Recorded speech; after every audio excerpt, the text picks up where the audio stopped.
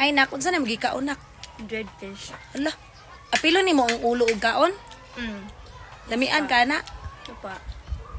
Guys, tanawa ang ato ang half American, half Filipino guys, kumakain ng dried fish. Favorite mo ng bulad nak? Hapa. Unsa pa jud ang pagkaon sa Filipino nga imo hadyong ganahan ka nang never gyud nimo siya i-give up? Kanon. Kanon no? Rice is life jud siya nak no? Tang. How about sa mga ginamos nak? Ganahan po ko ana. O gana pong bulad no? Paborito kay niya guys, bulad.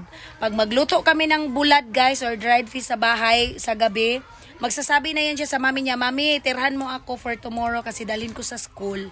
Mag nang sudan ni ate tata. Giunsa nimo? Gilanlan. Gilanlan niya guys ang among bulad nga pinirito. So thank you for watching guys. Thank you sa lahat ng support ninyo sa amin. See you next time. Bye-bye.